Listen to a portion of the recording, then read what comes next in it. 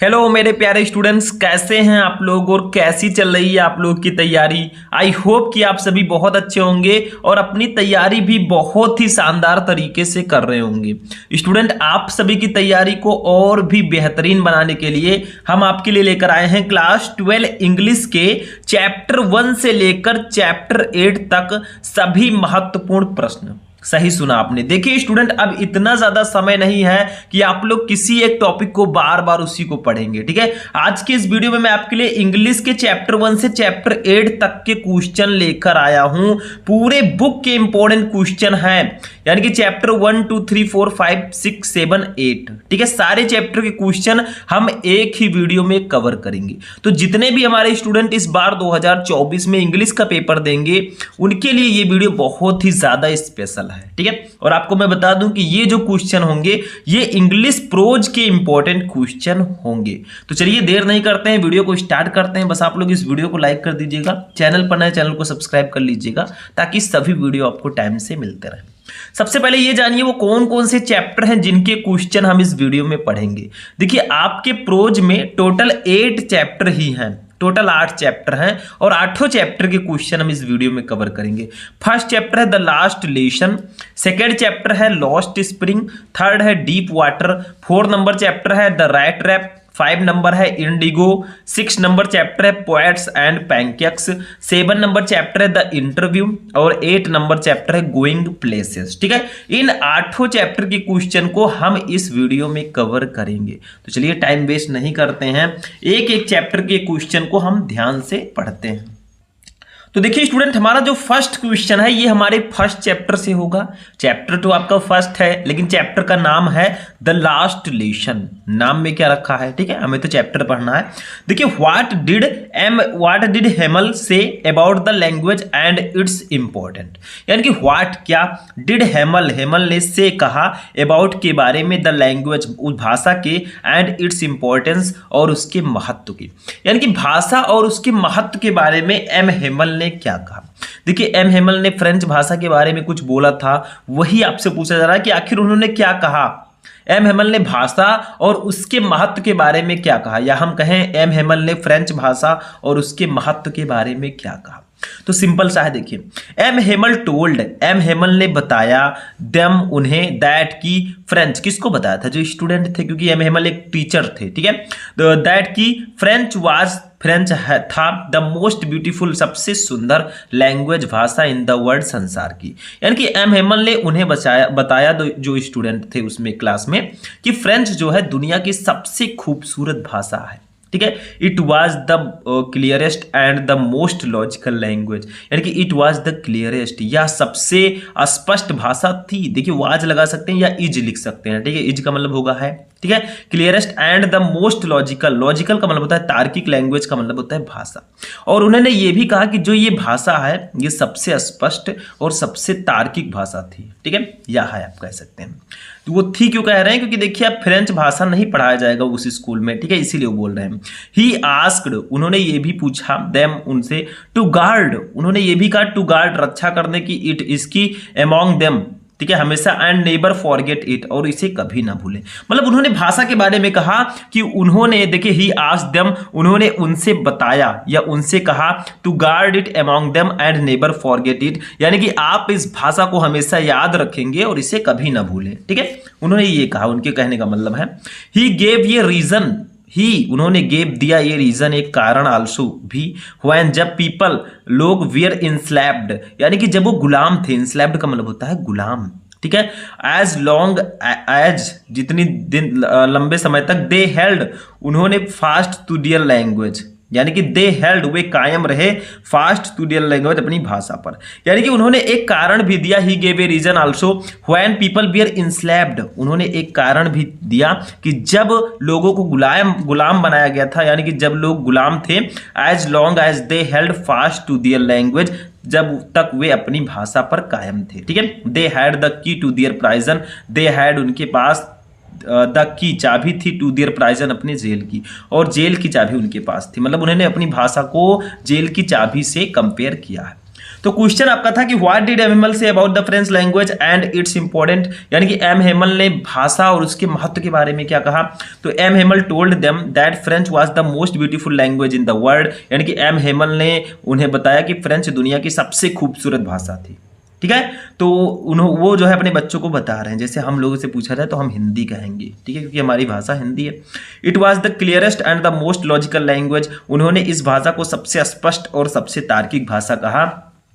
He asked them to guard it among them and never forget it, यानी कि उसने उनसे कहा कि वे इसकी रक्षा करें और इसे कभी ना भूलें। He gave a reason also when people were enslaved as long as they held fast to their language, यानी कि उन्होंने एक कारण भी बताया कि जब लोग गुलाम थे तब वो अपनी भाषा पर कायम थे। They had the key to their prison, और वो उनके पास उस जेल की चाबी थी। ठीक है, अपनी भाषा के बारे में कंपैरिजन कर रहे हैं कि जो भाषा है वो हमारी, वो एक जेल की चाबी के रूप में वो कार्य करती थी। ठीक है, तो ये आपका हो जाएगा क्वेश्चन नंबर 1। आई होप कि आपको समझ में आ चुका होगा।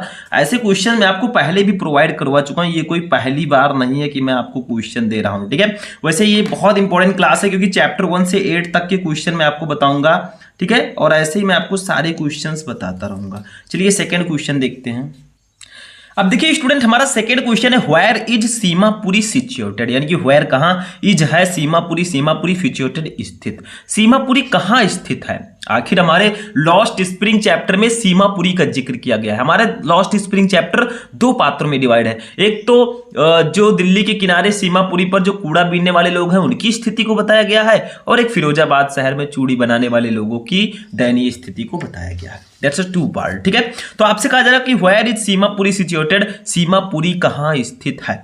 देखिए सीमापुरी इज है सिचुएटेड, स्थित इन द ईस्ट, यानी कि पूर्व में। ठीक है, ईस्ट का मतलब होता है पूर्व, ऑफ न्यू दिल्ली है, न्यू दिल्ली की। तो सीमापुरी नई दिल्ली के पूर्व में स्थित है।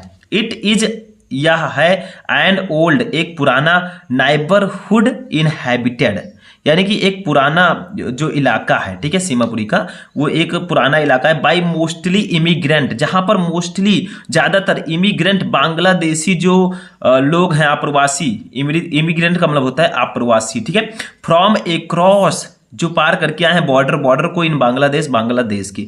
तो यहाँ जो है सीमापुरी जो है ये एक पुराना इलाका है। It is an old neighbourhood inhabited bye mostly immigrant from across border in the Bangladesh, यानी कि ये एक पुराना इलाका है जहां ज्यादातर बांग्लादेश में सीमा पार से आए प्रवासी रहते हैं। ठीक है, दिस प्लेस, यह जगह, इज है होम, घर, टू सेवरल रैक पिकर, यानी कि कुछ कूड़ा बीनने वाले लोगों के लिए।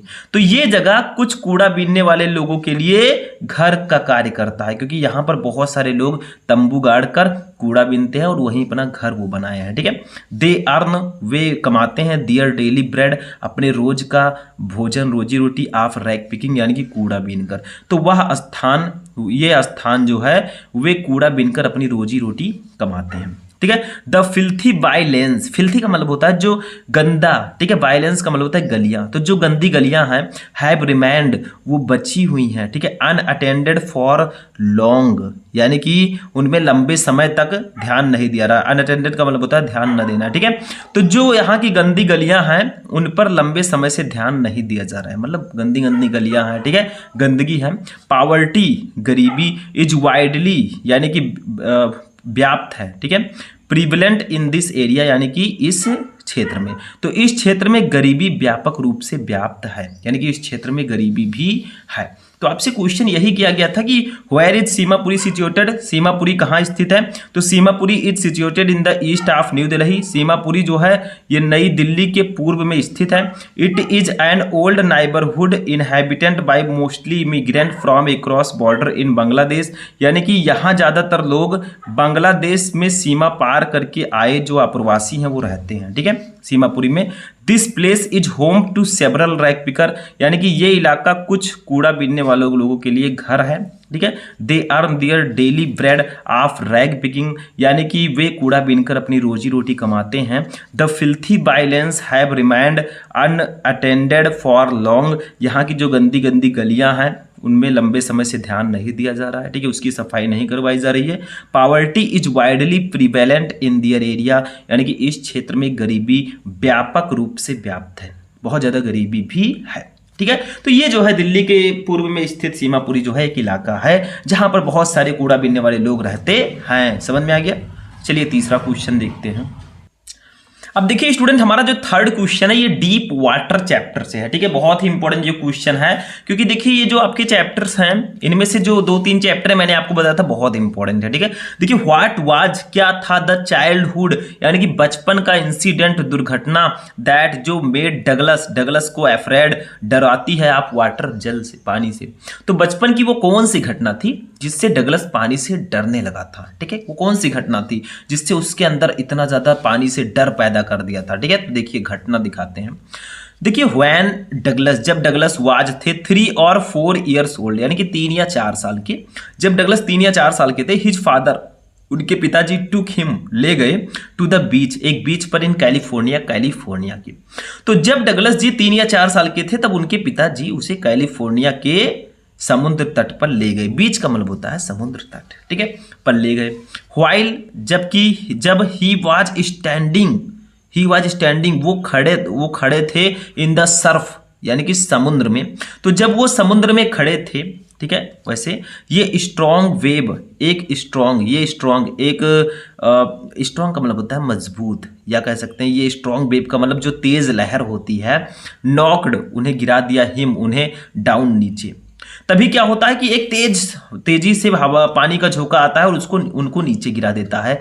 एंड और he was buried in water, और ऐसा लगता है कि ही वाज बरीड, वो समा गए हैं, या फिर वो समा गए हैं इन वाटर, पानी में। तो वो पानी में समा गया, ठीक है। फिर क्या हुआ, हिज ब्रीथ वाज गॉन, उनकी सांसें वाज गॉन, थम गई। एंड और ही वाज मच फ्राइटेंड, वो थे मच, बहुत ज्यादा, फ्राइटेंड, डर गए, ठीक है, डरे हुए। दो यद्यप हिज फादर, उनके पिता, वाज होल्डिंग हिम यानी कि उनके पिता ने उन्हें पकड़ रखा था, ठीक है। मतलब क्या होता है कि हिज ब्रीथ वाज गॉन, उनकी सांसें थम गई, and he was much frightened दो his father was holding him यानी कि उनके वो बहुत ज्यादा डर चुके थे, हालांकि उनके पिताजी ने उन्हें पकड़ रखा था। 10 इस प्रकार ही डेवलप्ड, उनमें पैदा हो गई, एन एवर्जन, एक अरुचि, ठीक है, टू वाटर, पानी से। इस प्रकार उनमें पानी के प्रति अरुचि पैदा होगी, डर पैदा हो गया, ठीक है। तो एक बार फिर से मैं करूंगा इसको क्लियर, ठीक है, क्योंकि जो पढ़े वो क्लियरली पढ़े। देखिए what was the childhood incident that made Douglas afraid of water, यानी कि बचपन की वो कौन सी घटना है जिससे डगलस पानी से डरने लगा था। तो व्हेन डगलस वाज 3 और 4 years old, his father took him to the beach in California, यानी कि जब डगलस 3 या 4 साल का था तो उसके पिताजी ने उसे कैलिफोर्निया के समुद्र तट पर ले गए, ठीक है। While he was standing in the Surf, ये strong wave knocked him down, यानी कि जब वो समुद्र में खड़ा था एक तेज लहर ने उसे गिरा दिया। पहले तो वो समुद्र के किनारे खड़ा था, एक तेज लहर आई और उसको गिरा दिया। And he was buried in water, और वो पानी में समा गया, इसका मतलब है डूबने की स्थिति में आ गया, ठीक है। His breath was gone and he was much frightened, यानी कि उनकी सांसें थम गई और वो बहुत ज्यादा डर गया था। दो his father was holding him, यद्यप उनके पिताजी ने उसे पकड़ रखा था। 10 इस प्रकार ही develop and aversion to water, इस प्रकार उनमें पानी के प्रति अरुचि पैदा हो गई, बहुत ज्यादा डर पैदा हो गया, ठीक है। भाई जब कोई तैरना किसी को ना आता हो और उसको पानी में ढकेल दिया जाए गहरे पानी में, तो अगर वो किसी तरह बच जाए तो उसको हमेशा डर लगेगा, यार अब इधर नहीं जाना है, ठीक है। नहीं तो फिर कोई फिर से धक्का दे देगा और फिर से मेरी जान चली जाएगी, तो ऐसा डर पैदा हो जाता है, ठीक है। वही इनमें भी पैदा हो गया, समझ में आ गया। चलिए नेक्स्ट क्वेश्चन देखते हैं। अब देखिए स्टूडेंट, हमारा नेक्स्ट क्वेश्चन है 4 नंबर, जो कि हमारे next chapter the rat trap से है, चूहेदानी, ठीक है। What made the peddler think, ठीक है, यानी कि what made the pedal thing, जो पेडलर का मतलब है फेरी वाला, तो फेरी वाला ये सोचने को बाध्य क्यों हुआ दैट कि ही हैड इंडीड, वो सचमुच फॉलन, गिर गया है, इनटू ए रैट ट्रैप, एक चूहेदानी में।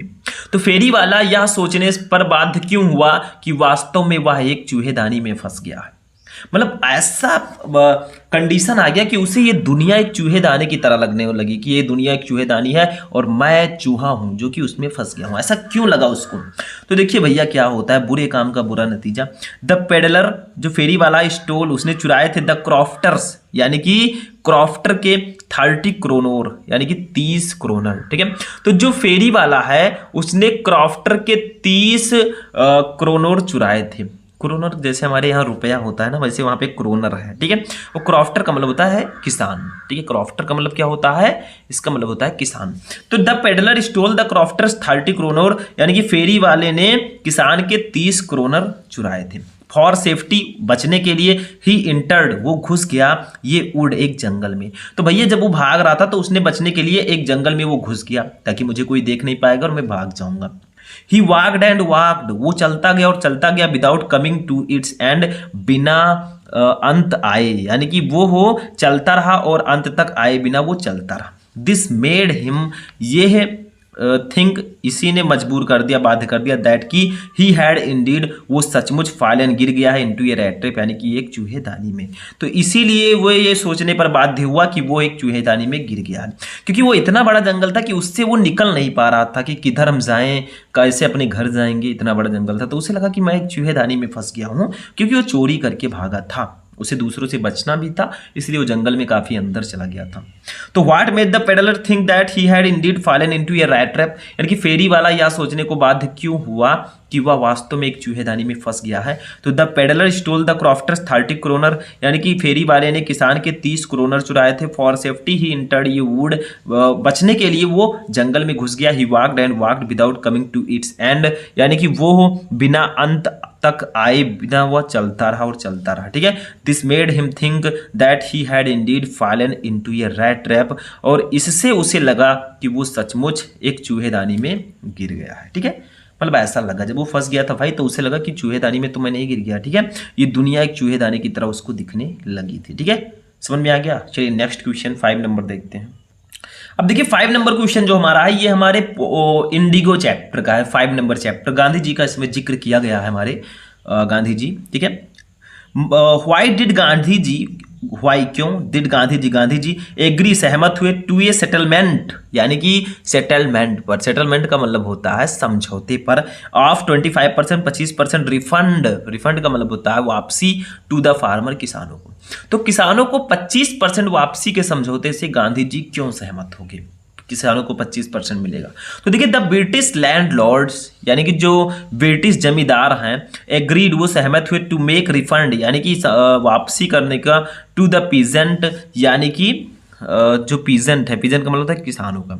तो ब्रिटिश जमींदार ने किसानों को धन वापस करने पर सहमति व्यक्त की कि हाँ हम आपका पैसा वापस करेंगे, ठीक है। आगे देखिए, गांधी जी एग्रीड, गांधी जी सहमत थे, टू द सेटलमेंट, समझौते से, आप 25%, 25% रिफंड वापसी की, टू द फार्मर, किसानों के, बिकॉज, क्योंकि, फॉर हिम, उनके लिए, द अमाउंट ऑफ मनी, यानी कि रुपया जो है, धन जो है, वाज नॉट सो इम्पोर्टेंट, वो इतना ज़्यादा इंपॉर्टेंट नहीं था, एज द टोकन विक्ट्री, जितना ज़्यादा जीत ऑफ द पीजेंट, किसानों की थी।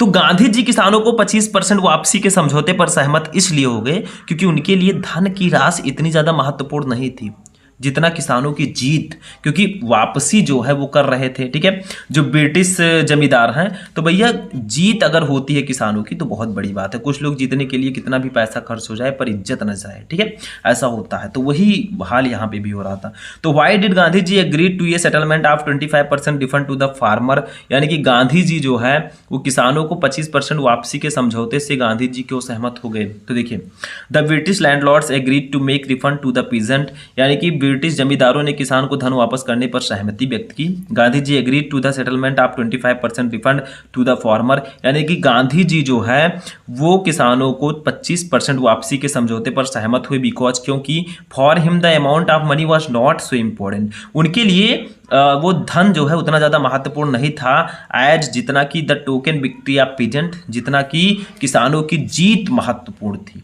ठीक है। तो ये आपका क्वेश्चन नंबर 5 हो जाएगा।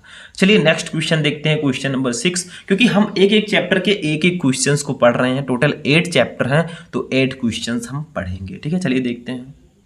तो देखिए स्टूडेंट, नेक्स्ट क्वेश्चन है हमारा 6 नंबर, जो कि हमारे 6 नंबर चैप्टर से है, पोएट्स एंड पैनकेक्स। देखिए, व्हाट इज मीन्ड, यानी कि क्या मतलब है बाय पैनकेक्स, पैनकेक्स का। तो पैनकेक का क्या अर्थ है, व्हिच एक्ट्रेस, किस अभिनेत्री को डज द ऑथर, लेखक ने रेफर का मतलब होता है इंगित किया है, टू इन दिस कनेक्शन, यानी कि इस संबंध में। तो आपसे पूछा जा रहा है कि पैनकेक्स आखिर है क्या। चैप्टर का नाम है पोएट्स एंड पैनकेक्स। तो पैनकेक है क्या और लेखक इस संबंध में किन अभिनेत्रियों का नाम इंगित करता है।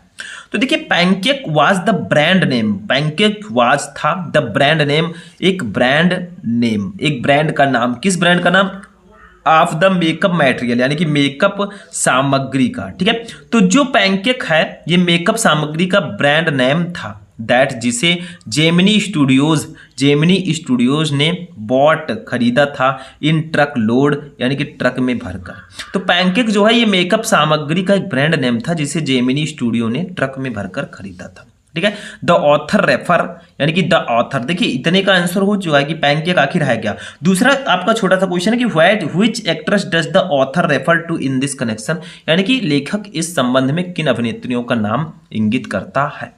तो देखिए द ऑथर, लेखक रेफर्स इंगित करता है द फॉलोइंग एक्ट्रेस, यानी कि इन सभी एक्ट्रेस का, इन निम्नलिखित एक्ट्रेस का इन दिस कनेक्शन, इस संबंध में, जैसे ग्रेटा गार्बो। ठीक है, ग्रेटा गार्बो जी हैं, मिस गौहर जी हैं, बैजंती माला और रति अग्निहोत्री, यानी कि लेखक इस संबंध में निम्नलिखित अभिनेत्रियों का उल्लेख करता है, Greta Garbo, miss Gauhar, Baijanti माला और रति अग्निहोत्री। तो क्वेश्चन आपका था, एक बार फिर से रिवाइज करेंगे, what is meant by pancake, pancake का क्या अर्थ है, which actress does the author refer to in this connection, यानी कि लेखक इस संबंध में किन अभिनेत्रियों का नाम इंगित करता है। तो pancake was the brand name of the makeup material, pancake जो है ये मेकअप सामग्री का एक ब्रांड नेम है, दैट जिसको Gemini Studios bought in truck load, जिसको जेमिनी स्टूडियोज ने ट्रक में भरकर खरीदा था।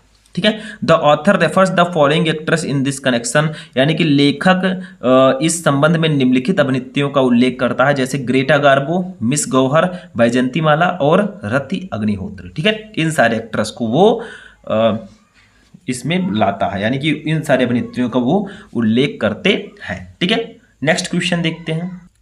अब देखिए स्टूडेंट, नेक्स्ट क्वेश्चन है 7 नंबर, हमारे 7 चैप्टर से ही है, जर्नलिस्ट, यानी कि ये हमारा द इंटरव्यू चैप्टर से है। देखिए व्हाई, क्यों, आर हैं जर्नलिस्ट, जो जर्नलिस्ट का मतलब क्या होता है, पत्रकार, एंड पब्लिशर्स, और पब्लिशर का मतलब होता है प्रकाशक, पजल्ड, परेशान। तो पत्रकार व प्रकाशक परेशान क्यों रहते थे, ये शायद क्वेश्चन मैं आपको पहले भी बता चुका हूँ। देखिए जर्नलिस्ट, पत्रकार एंड पब्लिशर्स और प्रकाशक आर पजल्ड, वे परेशान थे बिकॉज, क्योंकि दे बिलीव, वे विश्वास करते थे, दैट की पीपल, लोग, लाइक ट्रैश, यानी कि पीपल जो है वो लाइक पसंद करते हैं, ट्रैश का मतलब होता है कूड़ा, एक प्रकार से हम कचरा बोल सकते हैं। ठीक है, तो पत्रकार और प्रकाशक हैरान थे क्योंकि उनका मानना है कि लोगों को कचरा पसंद है, एंड और डोंट लाइक, वे पसंद नहीं करते, डिफिकल्ट रीडिंग एक्सपीरियंस, यानी कि कठिन पढ़ने वाली जो अनुभव हैं, ठीक है, उनको वो पसंद नहीं करते। ठीक है, कठिन पढ़ने का जो अनुभव है उनको वो पसंद नहीं करते, यानी कि आज के लोग क्या है, अगर इंटरटेनमेंट है भाई फ़ोन में देखना है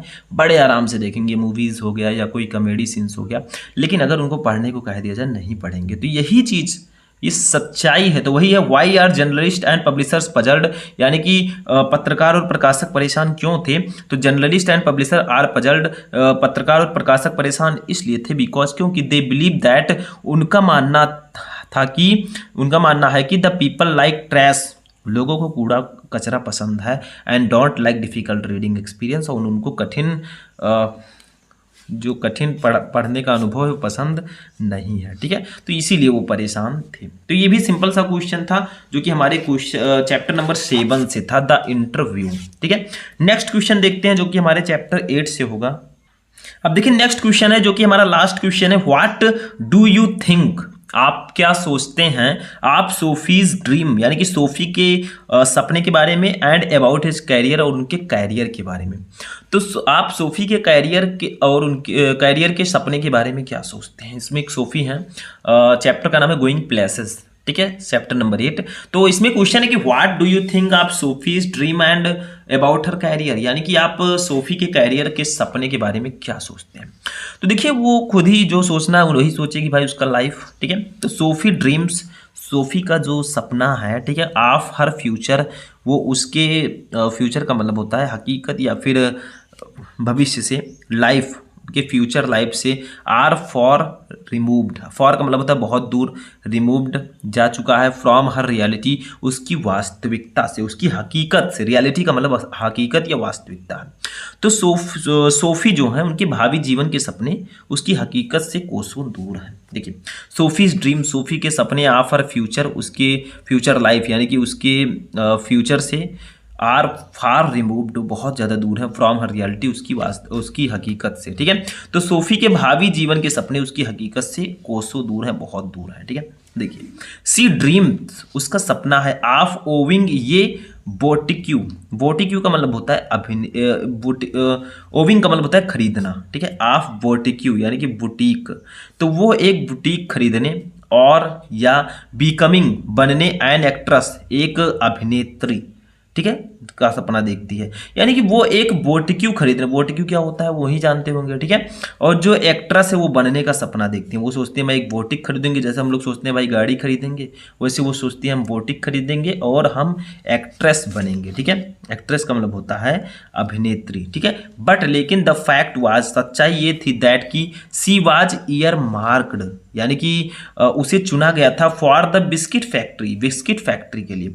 लेकिन सच्चाई तो ये थी कि उसको बिस्किट फैक्ट्री के लिए चुना गया था। भले ही उसका सपना हो कि मैं बुटीक खरीदूंगी या फिर अभिनेत्री बनूंगी, लेकिन उसको मेनली चुना गया था, सी वाज ईयर मार्क, उसको चुना गया था for the biscuit factory, biscuit factory के लिए।